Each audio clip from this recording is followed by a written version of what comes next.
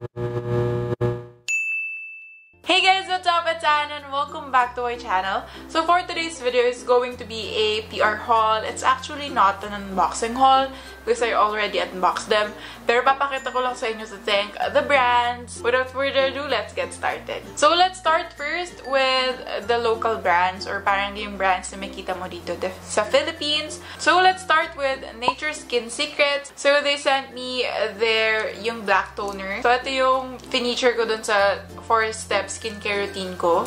So, they actually watched that video na sabi ko, paubos na. So, they sent me another bottle. So, this is the black toner and this is the black almond facial wash. And they also gave me this golden glow serum. So, hindi ko alam paano to gagamitin.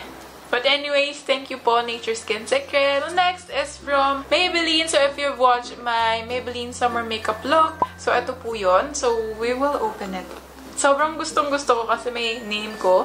Tapos parang may naka-embroidered or meron nakatat. Hindi, it's not embroidered eh. Parang embossed na AV, annvalenciaa. So, hey Maybelline girl. So, papakita ko sa inyo lahat ng laman nito very quickly lang. So, they gave me 3 face makeups. Dream Satin Skin, Matte Fit Me, and then Super BB Cream. They gave me also the Maybelline Tattoo Brow Gel Tint in yung 3 shades na available sa kanila, which is light brown, medium brown, and then dark brown. So I also have the Maybelline Lash Sensational and the Hyper Sharp Liner. They also gave me 6 shades of their matte lipsticks. Puro nude siya, guys. And then lastly, their new daw na product is the Maybelline Master Fix by Face Studio Setting Spray. So yun, lahat ng sa Maybelline. Thank you so much, Miss Cathy and then Maybelline Philippines. So now, let's move on with the sample room PH. Eto, sobrang dami nila for the past month na binigay. Tatlo, they've been spoiling me a lot. So let's start with the newest one that they sent. Ito, ngayon lang to. As in, before ko i-film tong haul na to, ngayon lang. This is from Bello. Hi there! And sample room. So, sa loob nun, they have, what's this? The Bello Intense Whitening. Wait, let's open it. Ito ata yung new product nila eh. Nagbigay din sila ng 2 cream. So, same din. Kojic plus tranexamic acid, SPF 30. So, this is for your face and neck cream. Okay, so second one from Sample Room PH is from Cream Silk. So, ito yung rattan bag ata tawag dito or straw bag. Nakita nyo na to sa post ko nung nag-Quezon kami. Tapos, sobrang cute kasi may tassel din siya teal, light blue, dark blue. So, sa loob, we have this cute sunnies from Sunny Studios. I was very shocked. Sabi ko, ay shit, legit Sunny Studios siya. So, ito yung itsura na. Yeah. Kaso, hindi kasi bagay sa akin yung mga ganitong frame. But anyway, thank you still, Sunnies and Sample Room, and then Cream Silk. So, they also gave me kasama dun sa kit is para siyang beach cover-up na ka-color ng Cream Silk. And then, syempre, yung Cream Silk nagbawas na kasi sobrang bango. As in, nung nag-beach kami lahat, yung tito ko ginamit din niya. So, this is the newest Cream Silk Fresh Hydration. Limited edition daw to. So, yun. So, lastly, from Sample Room PH is the Bello Sun Expert.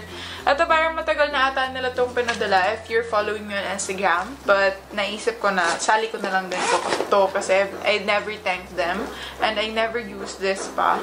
So, ang dami nilang pinadala. So, they have the Bello Sun Expert SPF 40 for your face and for your body. Sobrang small lang niya. So, perfect to dalhin. Ito yung dinala ko nung nag-Quezon kami. And then, they also gave me their newest product, the Bello Sun Expert Tinted Sunscreen. So, tone adapt technology daw to. So, mag-a-adapt siya sa'yo kung if you're lighter than medium or if you're darker than deep. Hindi siya ganun kaputi sa mukha mo. And they also gave me, of course, Too Faced sunscreen. So that's it for Sample Room PH. Thank you so much, Sample Room PH. So make sure to check them out. I will leave the Instagram and links down below. So after naman ng mga brands na makita nyo sa Philippines, move on naman tayo dun sa mga international brands na makita nyo lang sa website but ships to the Philippines. So start tayo with Altea Korea.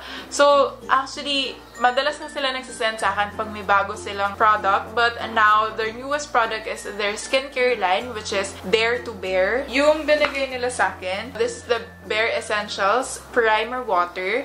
And together, that is the mirror, this hand handy mirror. Super handy nito. Sobrang cute. And then, they also gave me the fixer cream, the contour cleanser, and kung nakikita nyo naman, medyo bawas na siya kasi sobrang love ko to gamitin. Tapos, meron din silang pinadala na marble na to. Parang siyang trinket. Yeah, I don't know if this is a trinket tray, but I use this as, like, I put my earrings and stuff. So, yun, Althea. So, the next one is from Natural Pacific.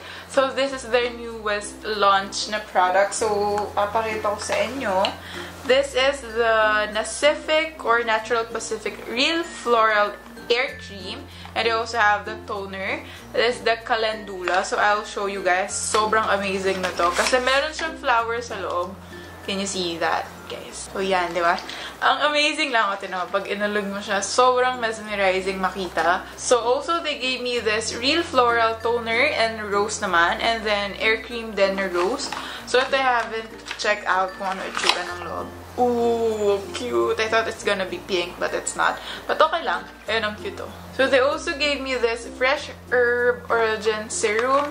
So, hindi ko lang sure. Hindi kasi ako mahilig sa serum, eh. So, I'm not sure kung gagamitin ko siya. I might give this away. So, last products from Natural Pacific is the Phytonacin Whitening Tone-Up Cream.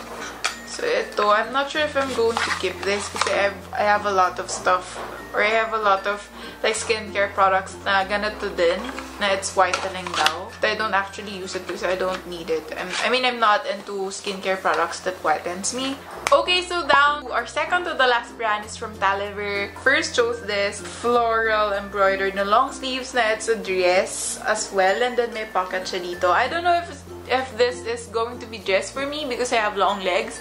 So siguro parang I will wear shorts na lang. But doon sa model ang ganda kasi it's like kinda long. So, pero nung sinuot ko siya, parang hindi siya papasa as dress for me. So, next one is this yellow hoodie na nakalagay is Rustlers. So, eto, maganda siya kasi talagang mahaba siya. So, it's meant for like cold nights and stuff. So, eto. So, lastly is this romper na floral. I don't like, I mean, I like it and the model, but nung binigay siya, nung pinadala siya sa akin, I don't like it kasi it's very baggy for a romper.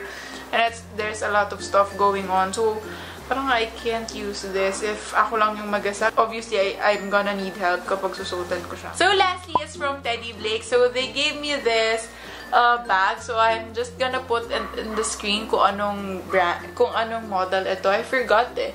But it's a vintage brown. I chose this because I have bags na black. I chose this color because I have a lot of bag na color black na and then pink and then white. So, I chose this vintage kasi it's like cute naman, di ba? And then, amoy leather talaga siya. Sobrang bango. So, yun. Thank you so much po. So, that's it for this haul. I hope you enjoyed watching. And if you did, please do give this video a thumbs up and subscribe to this channel if you haven't. And don't forget to check out all my social media accounts down below. Then again, thank you so much. Bye. I love you.